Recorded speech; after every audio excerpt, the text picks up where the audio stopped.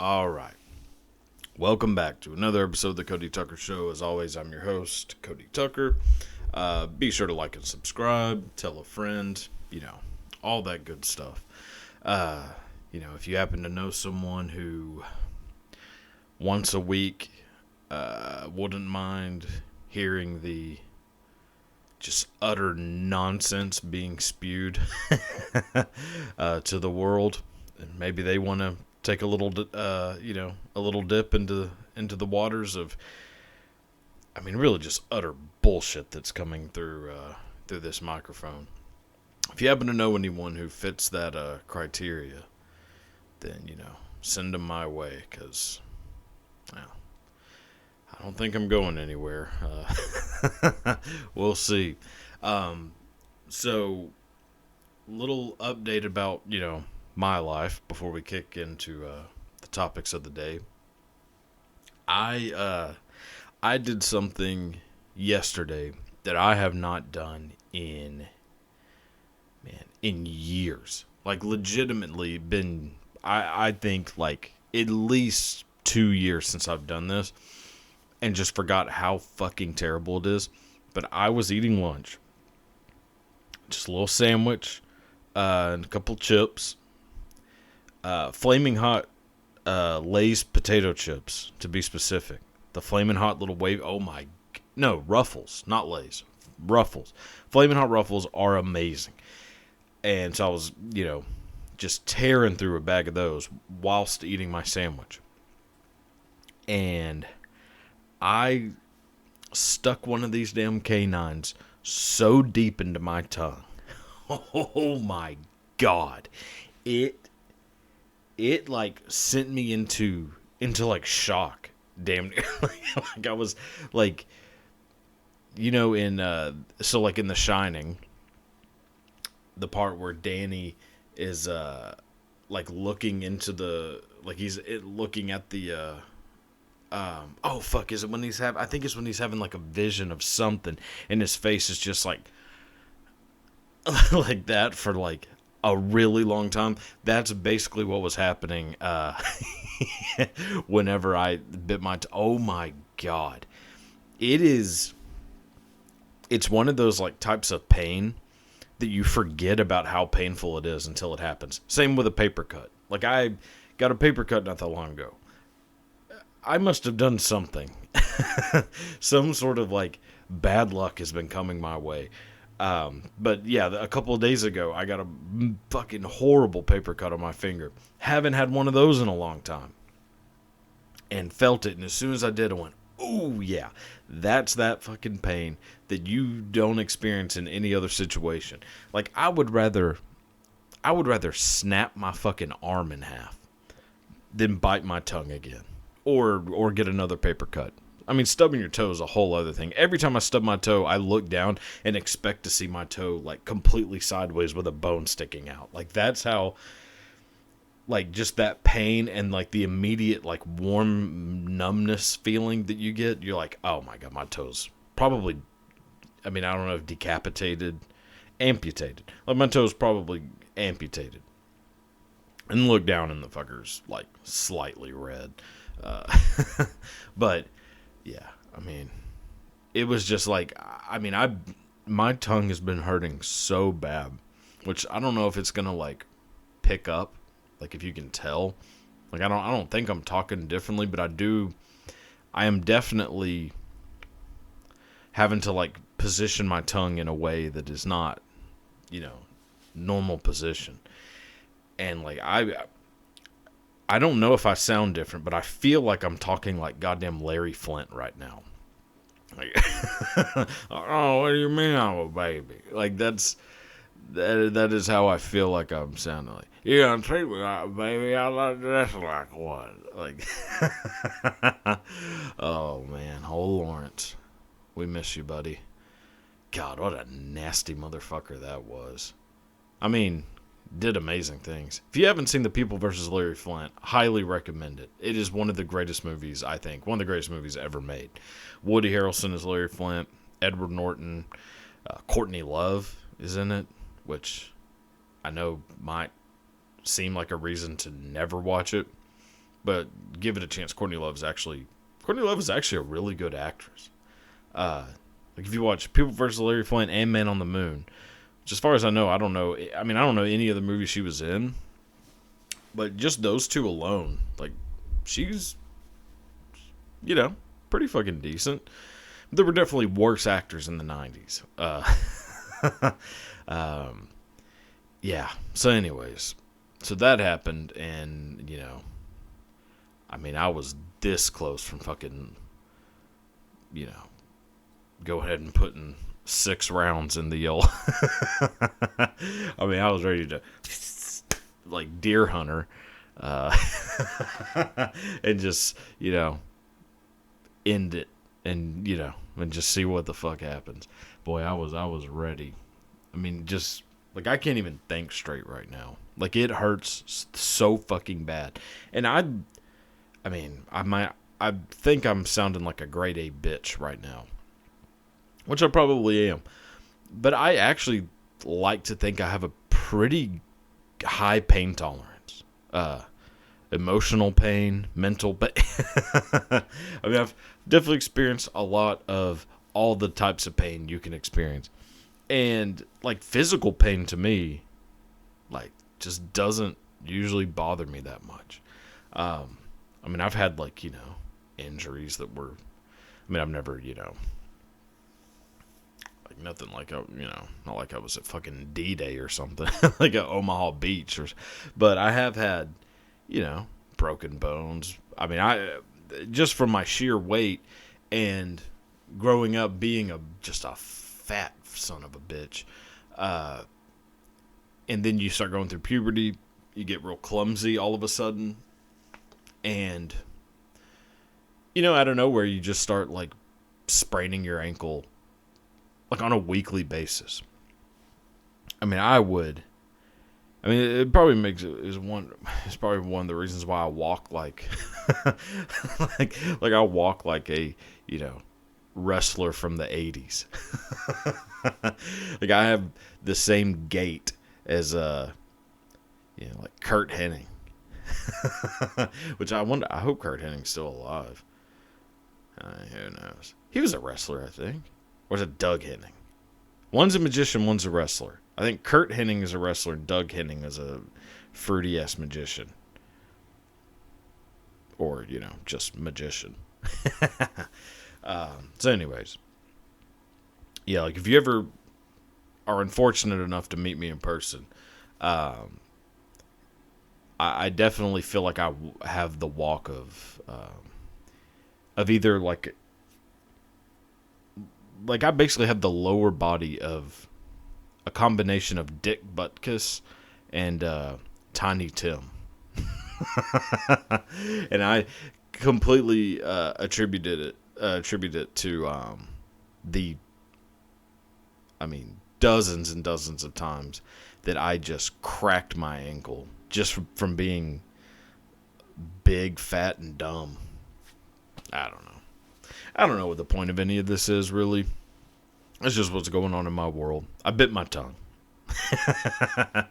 Yeah, I bit my tongue. It sucked. Now, every time I eat or drink something, I don't know. It's just not good. It hasn't been a good couple days. Yesterday and today have been, not so great. But that's all right. Life goes on. Life is what you make it. Home is where you make it. You like to see homos naked. All right, so let's just go ahead and move on because I feel like I've wasted way too much. If anyone on earth is listening to this right now, there can't be. If you were listening to this right now, we are a little over 10 minutes into this. If you were listening right now, just leave a comment saying, yes, that's it. I would damn near bet my life that I am talking to no one right now. I can say whatever the fuck I want. Oh boy. Here goes nothing. No. Whatever word You thought I was going to say, well, that's on you. Really just shows what kind of piece of shit that you are. So, anyways, let's just move on. Talk about what's going on in the world. Actually, no, you know what I did do? I watched, so, in the midst of my, just feeling like absolute shit, not being able to eat, which, for someone like me, going, double-digit hours without eating is pretty fucking miserable. And that is kind of what I had to do on account of, biting my tongue and, again, just going back to the whole notion of me being a real sack of shit. Sorry, I was talking and doing other things at the same time and not exactly sure what I just said. I was just keeping my mouth moving. Boy, I hope something didn't... I hope I didn't have some Freudian slip that's going to get me in some hot water. But again, no one's listening, so who gives a shit? All right. So, yeah, I'll save it and make it a little thing. So, let's just go ahead and go into the news. So, in case anyone hasn't seen, the trailer was released for this movie. This is going to be the new Beverly Hills Cop. I believe it's called Beverly Hills Cop Axel F. So there it is. If you see, there's Eddie Murphy. That's Eddie Murphy in 2023, which is, boy. When something is a cliche, it's usually because it's true. Stereotypes, too, I have found out. Now, obviously, you shouldn't just blanket that onto anyone who is part of that group. But something isn't going to become a stereotype unless it is true for, a decent amount of people. Again, doesn't mean you should think every single person in that group does or doesn't do that thing, or is good at something or bad at something. However it is, because there's always exceptions to the rule. But cliches and stereotypes tend to be the rule. The old adage, black don't crack, has never been more apparent than in this picture right here. Pull it back up again. That is Eddie Murphy at, was Eddie Murphy like 60? He's got to be at least 60 years old. He looks the exact same as he did in Beverly Hills Cop 3. That's the most recent one. And he doesn't look any different, and it makes no sense. I guess when you're just, doing voiceover work and making $500 million a year, yeah, you're probably gonna, you don't got a whole lot of stresses to age you faster. But, it is insane that Eddie Murphy still looks like Eddie Murphy. Because he could not. He could not. He could look different. He could have done something to fuck himself up over the past, 40 years. But he has not. Yeah, 40 years. But he has not. So that's, positives. Again, maybe I'm thinking about trying to be a more positive person and not just immediately shit on everything that I see. So there was the positive. Eddie Murphy proves black don't crack. 60 years old plus, still looks the fucking exact same. Positive. Flip side. This movie is going to be absolute dog shit. There's no chance. There is no chance this movie is good. They should not do this anymore. Don't do this. If by some miracle, if I am to have a legacy of any sort, and I've fucking been on this soapbox for, goddamn, since I was 10, probably. I've been, this is my Sermon on the Mount, and it has been for a very long time. Stop remaking movies. Stop making sequels to movies that are 40 years old. Stop doing it. Stop rebooting shit. Stop remaking stuff. Stop making sequel. Make something new. This movie is going to suck. Now, granted, the third Beverly Hills Cop also sucks. Not a good movie. But the first two Beverly Hills Cops are... It's like... I mean, arguably one of the best movies of the 80s are Beverly Hills Cop 1 and 2. Like, it's the same thing with Ghostbusters, which I've never even fucking liked that movie anyways. But then you make fucking Girlbusters, and it ends up being a huge flop. Can't imagine why. I mean, there's just so many. You remake Point Break, which I know came out in the 90s, but you remake it and make it, like, way more serious. It's basically like Triple X, but, like... I mean, it's crazy that I just said Triple X as an example for a serious movie. But, like, it's not as, like, cool as it was in the 90s. And all you did was reverse the hair color. The good guy is now blonde and the bad guy has dark hair. That's all you did. That's all you did for the fucking Point Break movie. And people somehow want to see that bullshit. And people are going to go see this. Well, actually, I think this is just coming out on Netflix, which another... I love going to movie theaters. Always have. I worked in a movie theater. It was, to this day, the greatest job I ever had. If it paid more than minimum wage, I would not do this bullshit. I would still be working at that goddamn movie theater. And I would be happy as a clam. It might be the peak of my life. Which is sad as shit because I was like 16 to 19. But regardless, I loved working in that movie theater.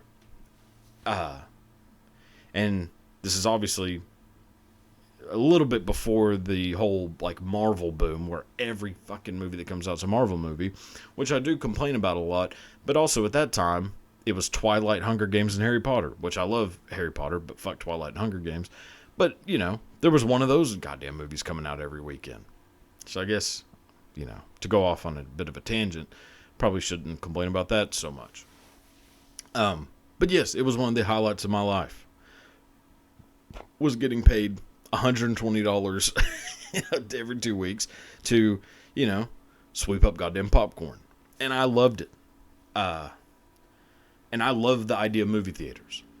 Now, to kind of prove my point, said movie theater that I worked at is gone.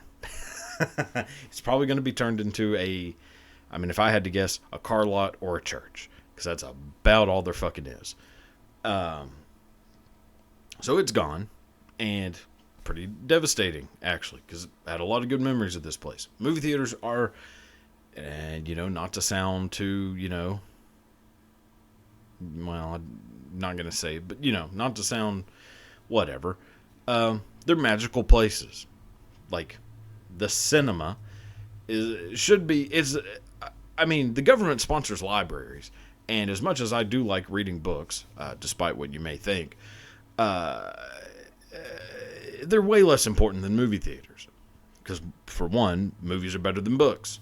Now, obviously, there's a million people who've done a tirade on how movies are better than books, so I'm not going to do that. But they are. Movies wouldn't exist if books didn't, If books were better, there would be less movies. Vice versa. That's how that works. Supply and demand. Movies are awesome. Books, pretty good, but nowhere near as awesome. There is not a book version of a movie that I liked more. Just isn't. Now, I, read The Exorcist not that long ago, because it's one of my favorite movies, and I was like, fuck, you know what? I have not read this book in a long time. Gonna read it. Movie version's way better. And it's the same for fucking anything.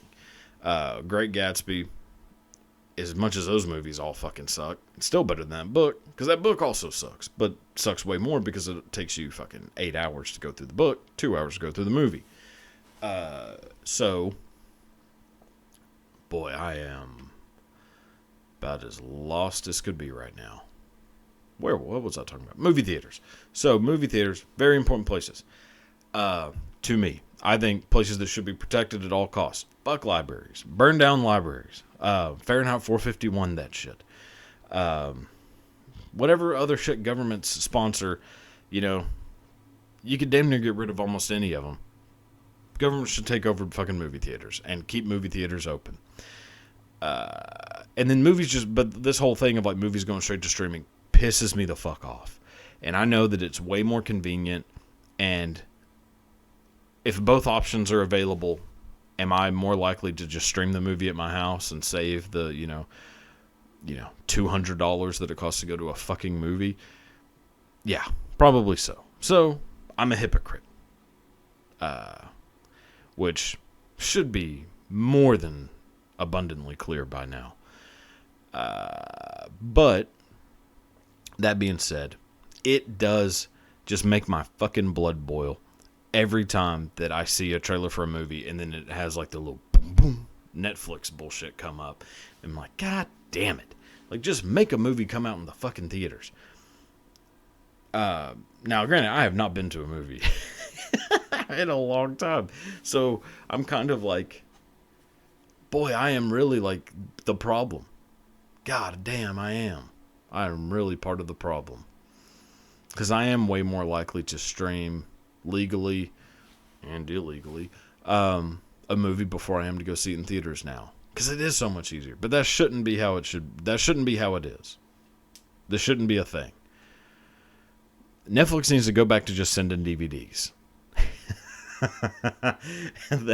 It needs to go back to that. Because I also enjoyed movies more then. Like, now I'm way more likely to get bored with a movie. It's like I used to be able to just sit around and watch movies all day. And I did. Clearly. Yeah. It wasn't exactly much of a balancing act between, calisthenics and movie watching. But yeah, I would like spend all summer just watching movies all day. As soon as one's over, put in a different one. And like whatever's coming on TV, oh, this movie's coming on, set to record it, watch it, delete it. And I did that. I mean, I would probably go through. I remember in one summer I kept count because I was like, I don't remember. For some reason I kept count. It is for sure the autism that is flowing through my veins. But there's something that I like about making lists. And so I kept a list of all the movies that I watched in one summer. And it was about 114, if I remember correctly. And that's in one summer. Roughly 3 months. And yeah, never got bored once. Like, even movies that sucked, that I would know they sucked like halfway through, and I'd still be like, well, I'm not going to like not finish it. Now, I mean, if you're not getting me within the first 15 minutes, I mean, I am moving on. And I also spend way more time looking for a movie than actually watching the movie that I find, which I think might actually be a pretty common occurrence. But all that to say, this Beverly Hills Cop movie is going to be absolute dog shit. Will I watch it? Yes, of course. Because as smart as sometimes I like to think I am, deep down, I'm an idiot. And I will fall for the, run-of-the-mill idiocies. That can't be right. Whatever. Run-of-the-mill stupidness that is, most entertainment. I'm a sucker for all of it. I watch Real Housewives of Beverly Hills. Never made that hidden. I'm a sucker for, like, trash TV, trash movies. Fucking professional wrestling is like a religion to me. So, yeah. Will 100% watch this. Like, am I going to pick that over... Like, I'm 100% watching that over probably any of the movies that are nominated for Best Picture. I mean, I don't think there's, like, the list out yet, but I will go through that list and see, like, what are the chances that I've actually, as of now, watched any of these movies? And I bet... I mean, there might be one on that list that I've watched. And, yeah. I mean, just kind of how it is. Like, I'll probably watch Beverly Hills Cop. And, the one shining moment in this Beverly Hills Cop Axel F trailer, which I was pretty worried was not going to happen, but it is happening. Judge is back, baby. Judge Reinhold is back. And let me tell you something. I mean, I will die on this hill. It is Marlon Brando Jack Nicholson, Judge Reinhold. Hey, I mean, hell, watch Fast Times at Ridgemont High. Who could have done that role better than Judge Reinhold? I mean, probably quite a few people, to be honest, but he was cast for some reason. It's because he is a fucking god of a thespian. Fuck De Niro, fuck DiCaprio, De Reinhold. All right. I should probably stop this shit before it gets out of hand. It's probably too late. All right, let's see if I think there's like a couple more things going on in the world that we could discuss. There we go. This will make your fucking stomach turn. So Doritos unveils nacho cheese flavored booze that costs $65 a bottle. This is the first spirit to match the flavor profile of Doritos products. Now, let me say this. I don't know how long Doritos has been around as a company. Nacho cheese Doritos, if I had to guess, I would say nacho cheese Doritos. See, I mean, just so everybody can get another look, and like what you're reading is real. Like your eyes are not. You didn't just become dyslexic. It's real. Now, so I don't know when nacho cheese Doritos, changed the world. I would guess late 70s, early 80s. I feel like that's when most junk food became a thing. Oh, fuck. And so that is my shot in the dark. Stabberoo is that nacho cheese Doritos came out in like, I would say mid 70s. Probably around the same time that like Different Strokes was on. Whenever Different Strokes was like, peak television, probably when nacho cheese Doritos came out. Are the two things connected? I don't know. You tell me. The flavor of a nacho cheese Dorito, it is not nacho cheese. Now, whatever the hell the flavor is, I don't know. I don't know what it's supposed to taste like. I don't know what food someone was eating and then tried the nacho cheese Dorito and said, this tastes the exact same. Don't know what it was. It was not nachos, because trust me, I have tried nachos in damn near any way, shape, or form, and I've never had a nacho that tasted like a nacho cheese Dorito. Also, don't know what Cool Ranch is. I know what ranch is, but I do not know why Cool Ranch is cool. It might smoke cigarettes, stay up late, drink and drive. Whatever the hell Cool Ranch does to be Cool Ranch, awesome. But I don't know why it's called Cool Ranch. Which is the superior flavor of Dorito, by the way. Cool Ranch 100% beats nacho cheese. Now, all this to be, say that to say this. If you buy was it 56 or 65? Hold on. If you buy a $65 bottle of nacho cheese flavored booze, whatever it is, I did not read the article in depth enough to know whether it was like vodka. If I had to guess, it's probably vodka. It's probably the easier thing to like flavor with dumb fucking flavors. If you buy this, the person working at the liquor store should have every right to, while you are sticking your credit card into the little chip reader, looking down, they should have every right to pull out a fucking Louisville Slugger and crack you across the goddamn forehead as hard as they can. You should not be out in the world in any way. You shouldn't be a fucking trustee, not on a work release program. You shouldn't be in public for any reason. It is. Now, I have tried there's like, you can go to like the more rural. Oh boy.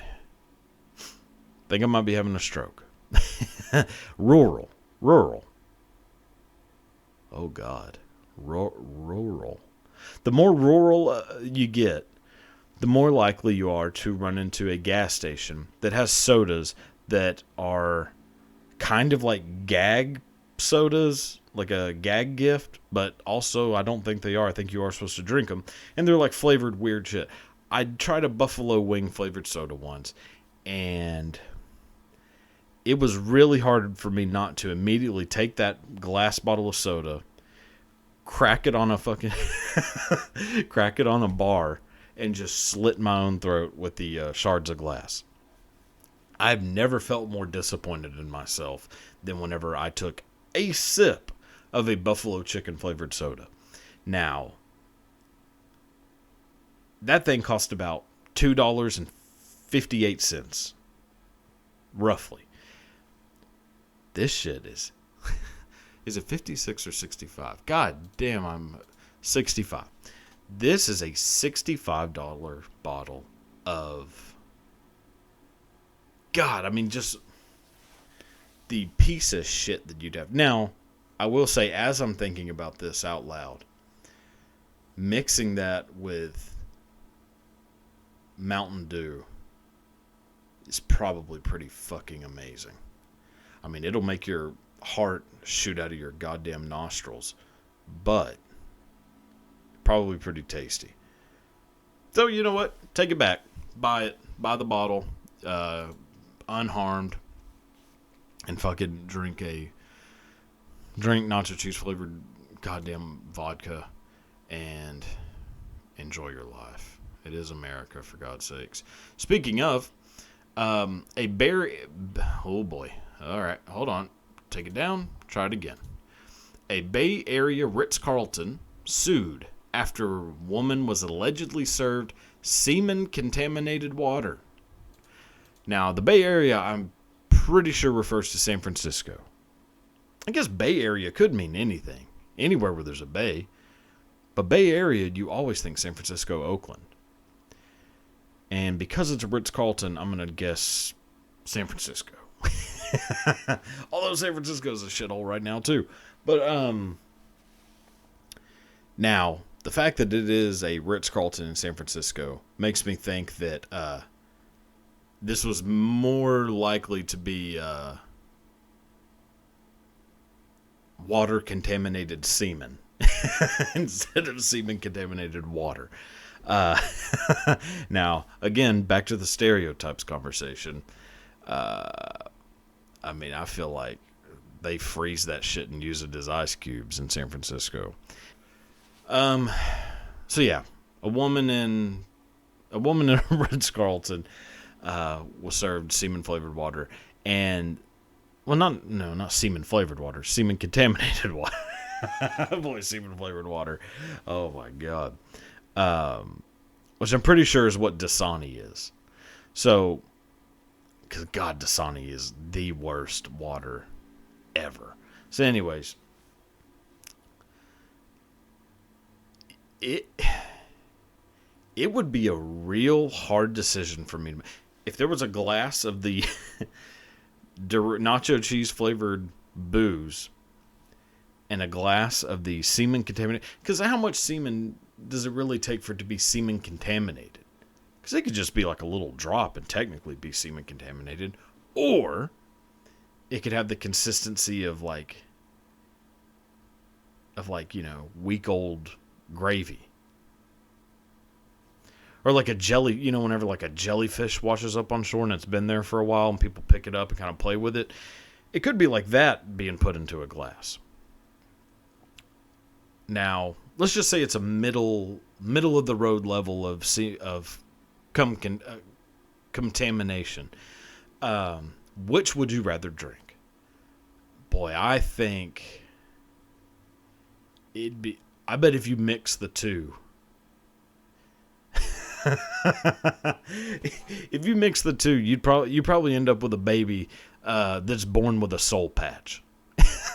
If I had to guess, like that is how you make a test tube baby that ends up, in the X Games. Oh boy, how gross. Brr. I mean, it'd be interesting to just know how the jizz got in the glass. Because in my mind, I'm immediately going to what is probably not the most logical conclusion, but it's definitely what came into my mind first. And it's that there was a group of guys in the back. Say, yeah, it's in a Ritz-Carlton, so let's say it's in the, one of the restaurants in the Ritz-Carlton. My immediate reaction is that 4 or 5 of the cooks are in the back, and they have a glass of water on a counter 15 feet away. They are all standing shoulder to shoulder, sans trousers, and just beating off and seeing who can shoot it into the glass. And the last one to shoot it into the glass has to drink the glass. That's what I imagine happens. And then they, manager comes in, they're about to get caught, and they're like, oh yeah, here's that lady's water. That's what I think. Then again, could just be that somebody was being a real piece of shit and jizzing a lady's glass of water. Either way, don't do that. You can't be doing that to people. All right, so I think that'll do it for the news of the day. Actually, I did. So I am going to go through. I haven't done this in a while. I haven't done a good movie review. And I did watch a movie yesterday, 2 days ago, that, is really a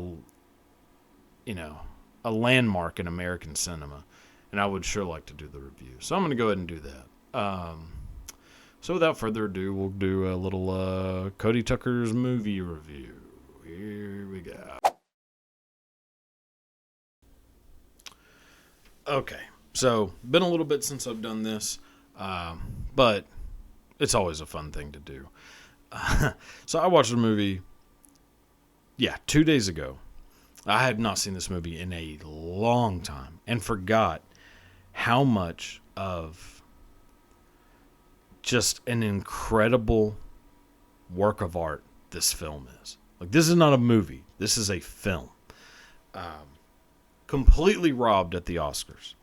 Lost to, I believe, $1 Million Baby. I think. 2004. Pretty sure $1 Million Baby came out in 2004. So, lost $1 Million Baby. Which, holy shit, one of the worst movies ever made. Like, you could definitely go through, which I might do that as a segment too, and go through and just review all the Oscar Best Picture winners. I might make that like a podcast itself. I don't know, just spitballing. But $1 Million Baby is such a terrible fucking movie. Crazy that was a Best Picture winning movie. Fucking $1 Million Baby. This movie came out, I believe, that same year. So, completely robbed by fucking Hilary Swank. And, boy, Clint Eastwood is just a curmudgeon of a fella. All right. So, this movie is the 2004 masterpiece of cinema. The film starring Dwayne Johnson, Walking Tall. This movie is incredible. I have not seen Walking Tall since I was maybe a couple years after it came out. It's been a long time since I've seen it. Now, obviously this movie is a 10 out of 10. It could be right up there with, Citizen Kane and, Fried Green Tomatoes. It is, a true masterpiece. Like, when I keep saying masterpiece, and it's not because that's the only word I can think of that, is that means that. It's not that at all. It's that I need the point to be made to whoever is hearing this, that if you are not watching this movie within the next 30 minutes, then what the fuck are you doing with your life? This movie. So I'm just going to do a little rundown of this movie. No pun intended. And there are going to be some spoilers. Maybe not too many. I'll try to leave some of the spoilers out, because really, if you haven't seen it, you are missing out on really a life-changing moment. it's a story of, one man's struggle to right the wrongs of his town. And, with a little help from, some friends who are, it's the small guy who's played by The Rock taking on the power. It's, the ultimate man versus machine type movie. So, this is the IMDb summary of Walking Tall. A former U.S. soldier returns to his hometown to find it overrun by crime and corruption, which prompts him to clean house. And boy, does he. So, the sergeant in question, a fellow by the name of Chris Vaughn, played by Dwayne "The Rock" Johnson. Now, Sergeant Chris Vaughn is returning from the military. He lives in just a real kind of backwoods, nowhere place. I think I had the name. Yep, Kitsap, Washington. So he is coming back to this little town.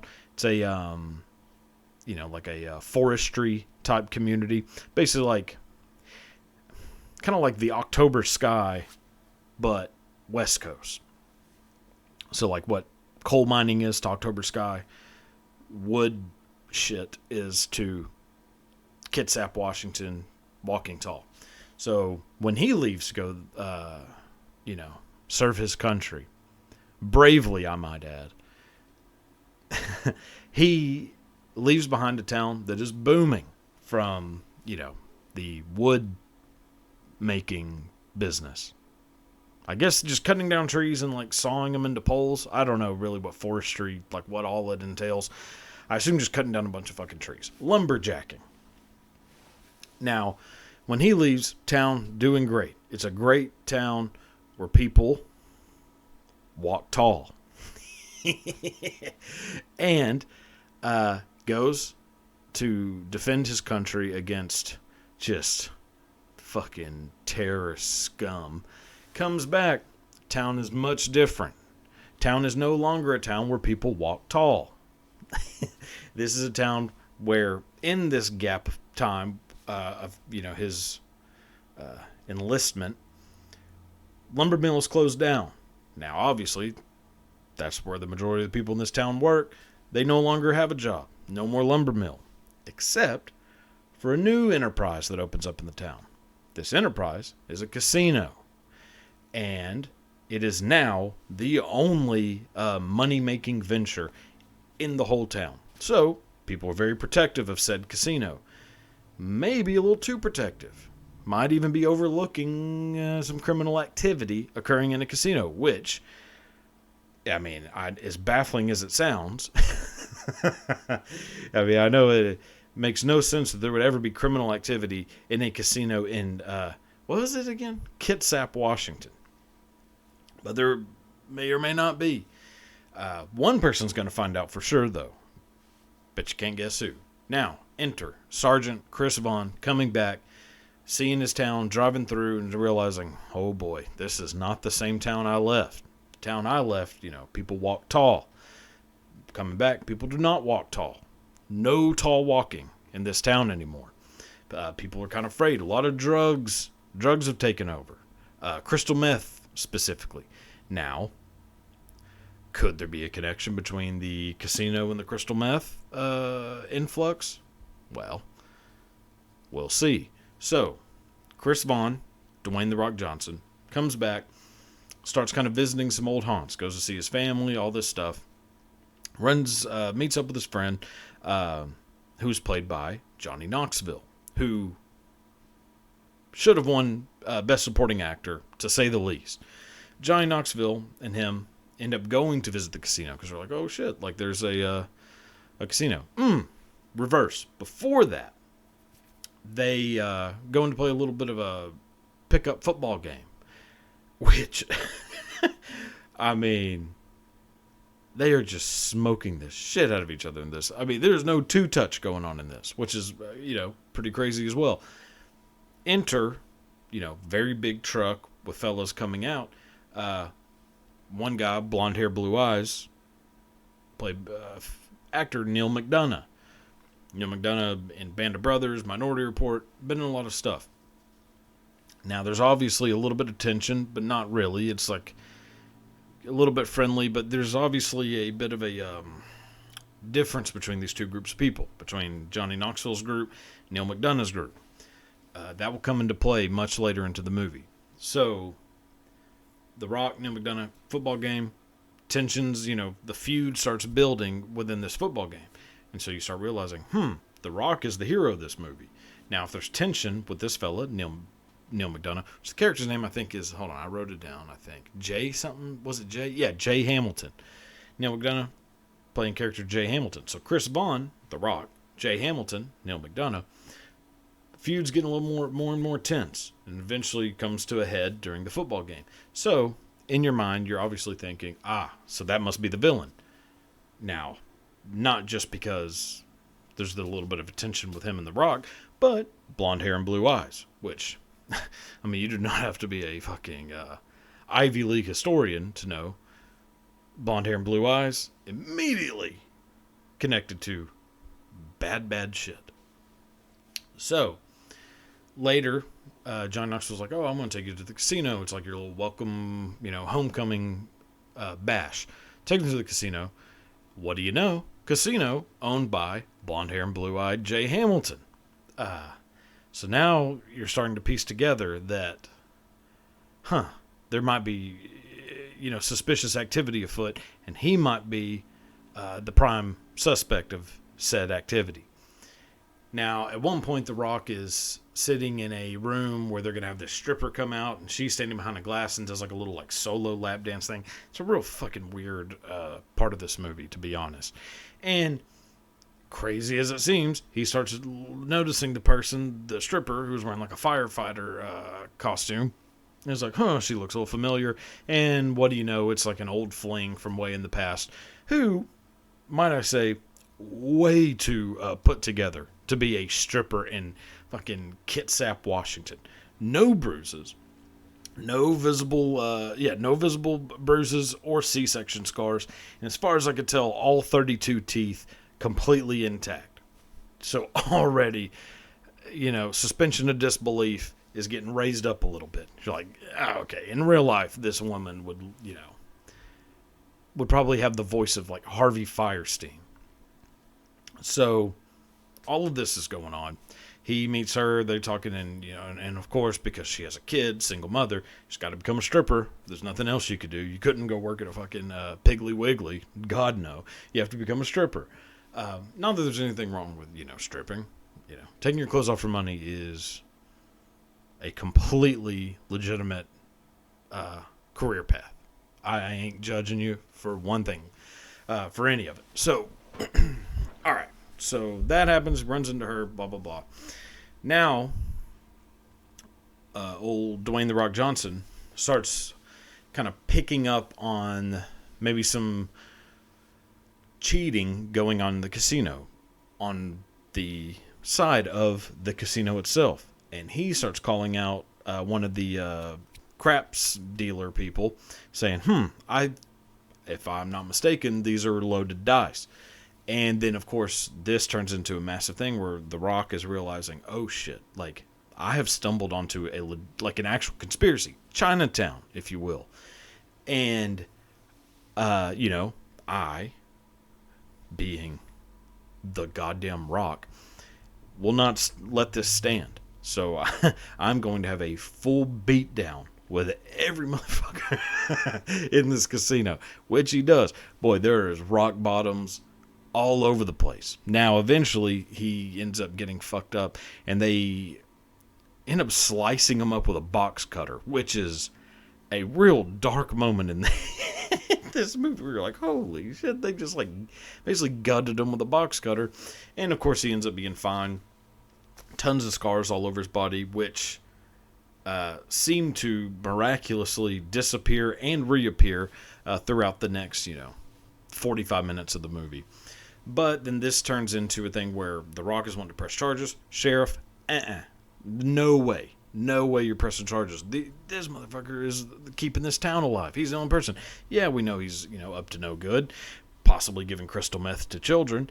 But that's better than, there not being a center of commerce within our city. So Sheriff's like, I'm not doing shit about this, Chris. Thank you for your service, but get the fuck out.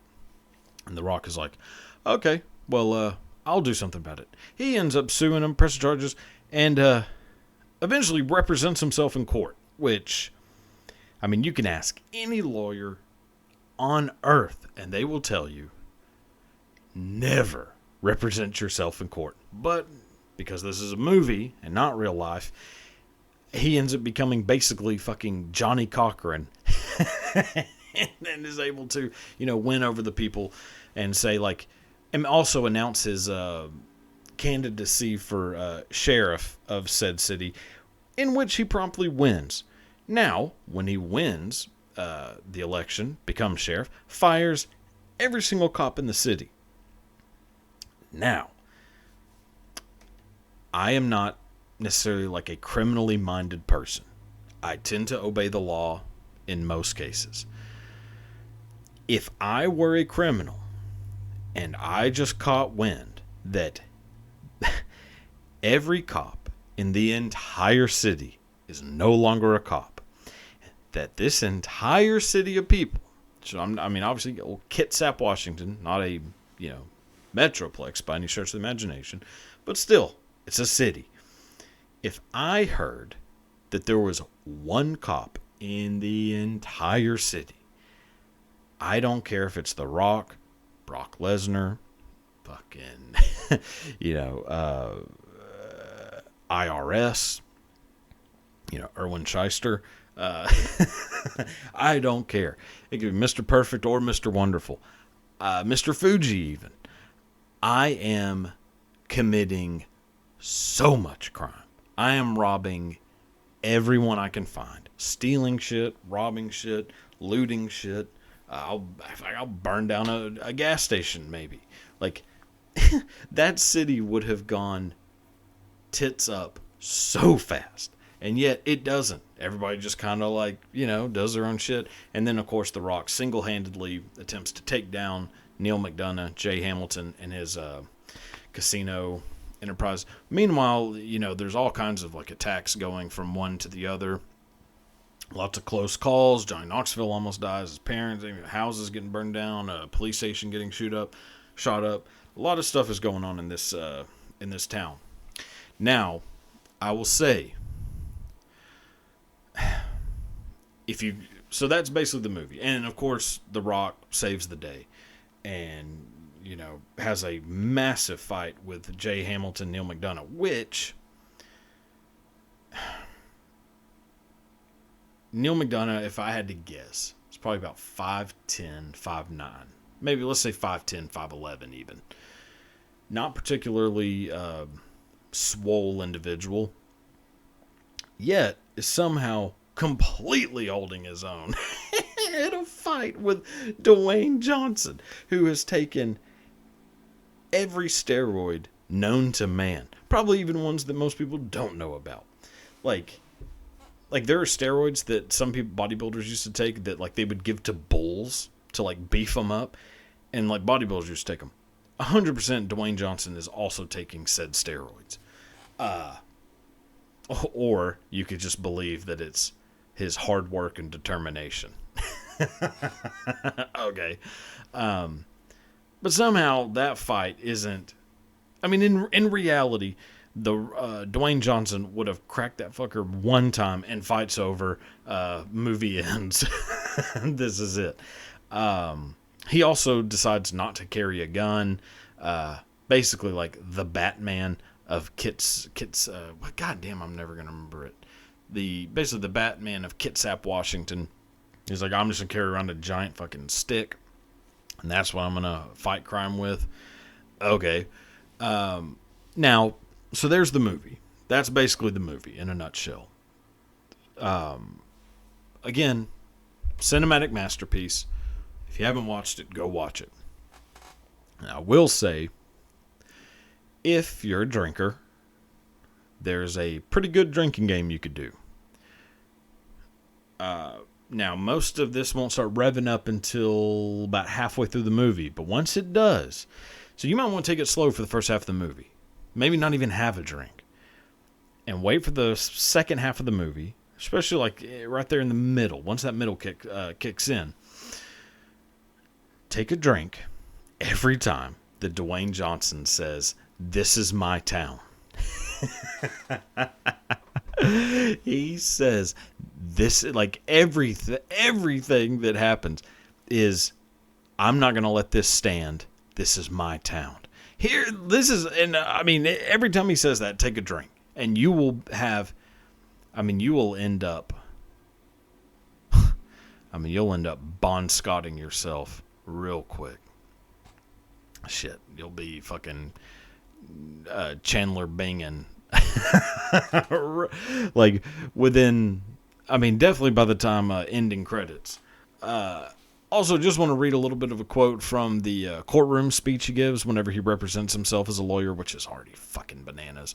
"I grew up in this town. People used to walk tall in this town. They wouldn't have traded the mill for a crooked casino, and they wouldn't have stood around while drugs were being sold to kids. And boy, I'll tell you what, I got fucking... I was harder than fucking Portland cement during that scene. God damn. He took back his fucking town. Single-handedly. Not single-handedly, Johnny Knoxville helped, but still. God. I wish a motherfucker would try that shit in my town. I wouldn't do a goddamn thing. I'd 100% be part of the problem. Be like, "Oh, there's a crooked casino in my city? Hell yeah, I'm going." Yeah. Well, anyways, so there was the 2004 cinematic masterpiece that was Walking Tall. So, if you get the chance, check it out. You will be highly impressed. This is a movie that came out damn near 20 years ago, and I just did a 20-minute review. I just did a 20-minute review on a movie that has been out for nearly 2 decades. God, I did not think this is where my life was going to be. Oh, well. All right. Time to move on to a little bit of, maybe try to redeem myself a little bit and do a little bit of the old, some history lessons. First, start off with a where that come from. Take a word or word or phrase and see where did that come from. All right. Here we All right, so for where that come from, going back in time a little bit to the silent film era. So this is a time where the movie industry started taking off. They were making so many movies back then. So in the 1920s, during the height of the silent film era, they were making on average 800 movies a year, which is way more than they're making today. So there were way more movies being made back then. Also, way cheaper to go see a movie back then. So in today's money, the average ticket price cost $1.15. In today's money. Yeah. So super cheap, super affordable, and tons of movies coming out. So it was very common for people not only to just go see a bunch of movies, but also to see the same movies over and over again. It hardly cost anything. And it was like a cool form of entertainment. Not a whole lot going on in the 20s. So people would just go see movies. They'd go see them over and over.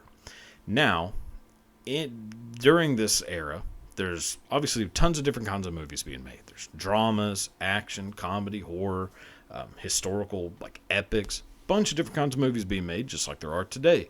Now, most silent films were boring as hell. And not just by today's standards, they were boring back then too. Like there was a lot of just drawn out dialogue scenes, with obviously like the words on the screen, like seeing the person say the words and then seeing the words on the screen. So basically the dialogue scenes go twice as long.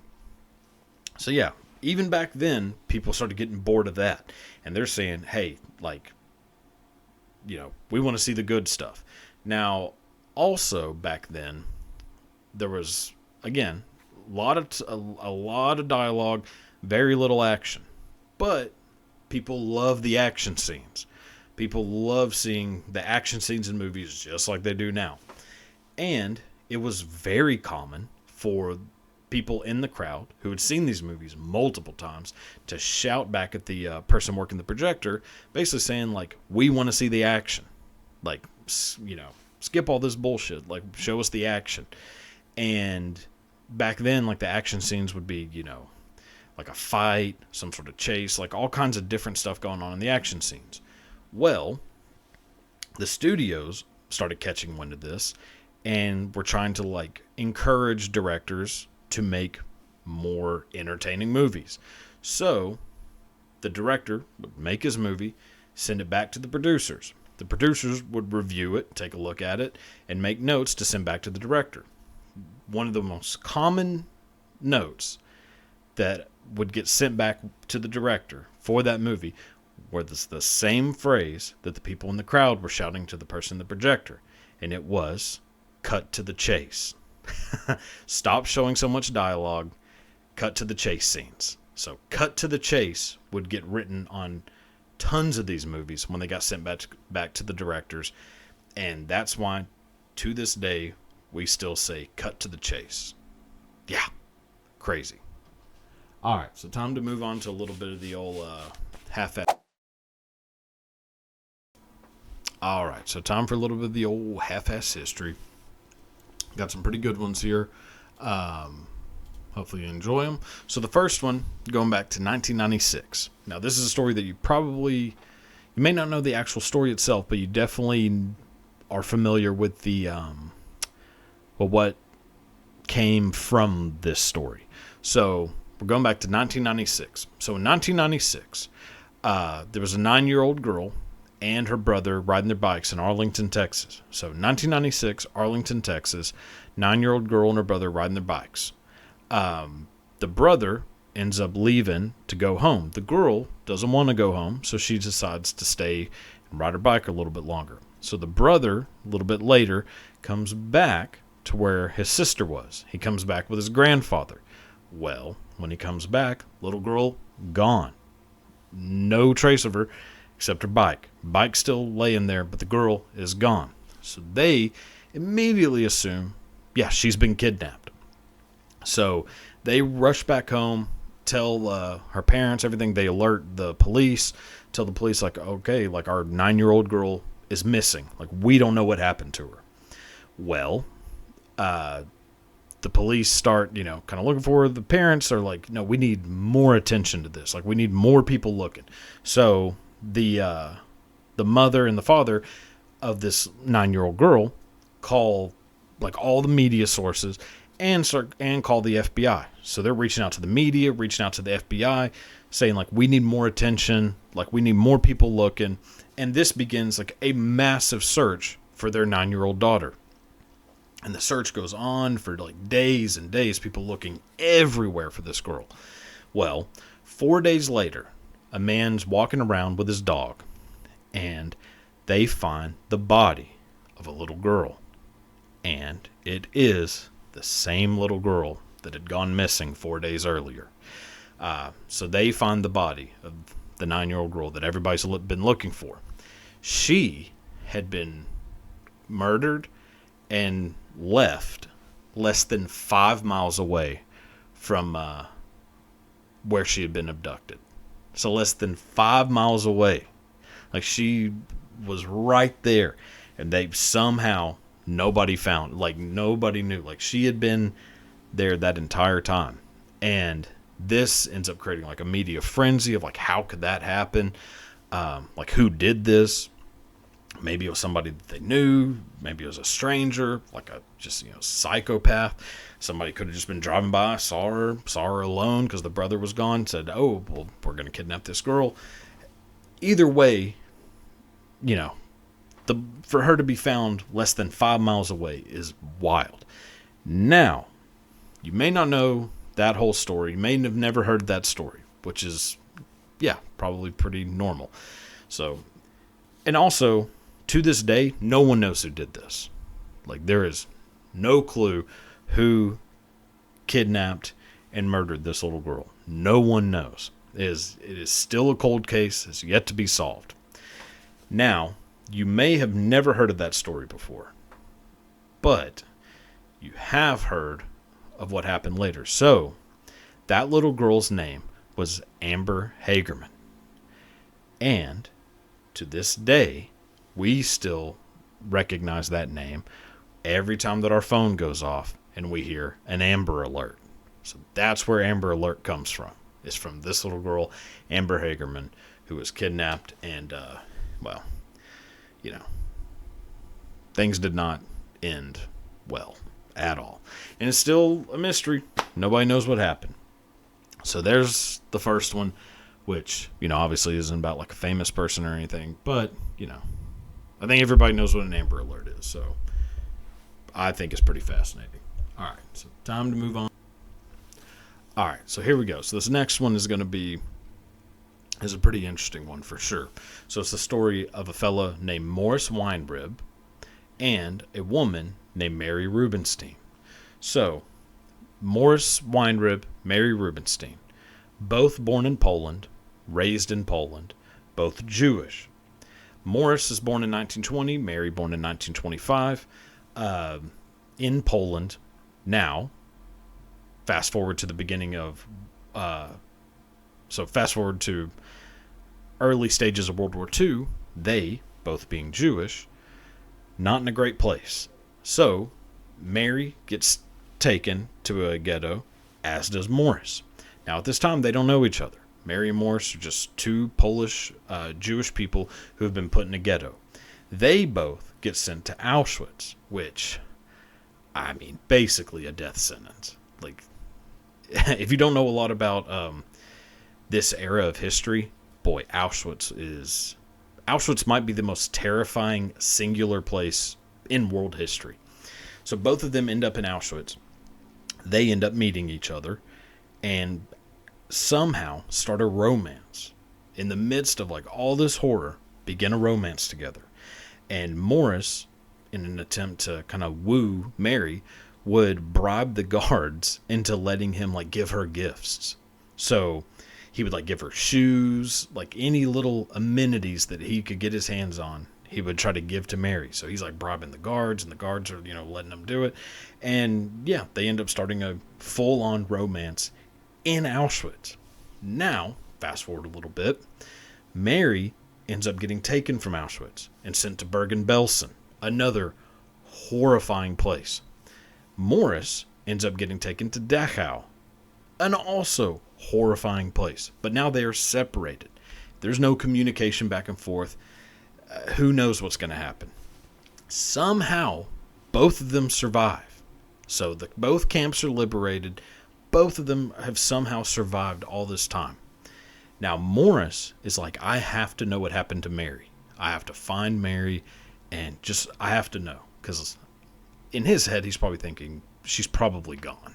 Like, I mean, that would be kind of the common ending for most of the people who were at these camps. So Morris is probably in his head thinking, she's got to be gone, but I still have to know. He ends up somehow finding Mary. He finds her at a Bergen-Belsen displaced persons camp, and she is alive. He ends up like restarting the romance. They get married and move to Canada. After they've gotten married, moved to Canada, in 1953, they have a little boy named Gary Lee Weinrib. Well, the mother, Mary, has, you know, pretty strong Polish accent. And with that Polish accent, Gary sounds like Getty. So, this child starts going by the name Geddy Lee. And yeah, ends up making a little band called Rush. So yeah, crazy story. All right, time to move on to the last one, and bet you can't guess who this. All right, here we go. So last one of the day, and believe it or not, it's about the one and only Steven Seagal. So this actually, I think, is going to end up being the last Steven Seagal one that I do, because, oh man, I mean, I could probably keep going. I might keep going, but as far as I know, this is probably going to be the last one. So now, I mean, we're going into a dark side of Steven Seagal. So Steven Seagal, apart from being a complete liar, and a dork, a bit of a douche, he's also, I mean, just a horrible person. So Steven Seagal has a long history of I'll say alleged, but long history of doing horrible things to actresses that he has worked with or attempted to work with. And it goes, there is a list of these, we'll just say horrible interactions with actresses. So one of them that pretty well documented is with the actress Julianne Margulies. So Julianne Margulies from ER, they have an altercation, a bit of an attempted sexual altercation, in which Steven Seagal got pretty upset with her and pulled out a gun. So yeah, not good. That is not the only thing that Steven Seagal has pulled out in front of an actress. So, an actress by the name of Portia de Rossi had something else pulled out on her. And obviously Portia de Rossi, married to Ellen DeGeneres. This is quite a bit before that. Steven Seagal was basically trying to make a move on her, and it was not reciprocated. Also, one time was going to make a movie with Jenny McCarthy. At one point, Jenny McCarthy was, going to audition for a role that she would be co-starring with Steven Seagal. Well, Steven Seagal asked Jenny McCarthy to come do basically like a line reading together, alone. During this time together, he said, well, there's going to be, some nude scenes in the movies. So he said, there's going to be some nude scenes in the movie. So it would help if I knew what you looked like with your clothes off. And so he asked her to take her clothes off. And Jenny McCarthy's like, I don't know about this. Well, it turns out, as obvious, as crazy as this might sound, there were no nude scenes written for this movie. Steven Seagal was just being a complete slimeball. So yeah, so Steven Seagal has done this to multiple people. There are at least 12 women who have come out and said that Steven Seagal has committed some sort of assault towards them. Now, to go into, really kind of opening a can of worms here, but boy, it's a wild one. In 2010, there was a woman who was hired to be Steven Seagal's executive assistant. This woman ends up going to Steven Seagal's house and finds 2 Russian women. Now, these 2 Russian women are, to put it mildly, Steven Seagal's sex slaves. That is basically what they're there for. They are there to fulfill Steven Seagal's sexual needs whenever he needs those needs fulfilled. Some might say sex slave. I'm not necessarily saying that that's what they are, but the shoe kind of fits. And then this has kind of spawned a bit of a story that there might be a chance that Steven Seagal has been sex trafficking young Russian women. Dude, he is a monster. Steven Seagal is a horrible person. I think that's probably going to be the last one I do. Before I'm, taken out by Mr. Aikido. So, yeah, there's another one to kind of wrap everything up. Oh boy. That's a crazy one. There's no fun and games in that story at all. But, hey, as is life. So, there you go. That'll do it for today's episode. If I'm still around by next week, if Seagal hasn't tried to take me out, then I'll see you next week. Alrighty.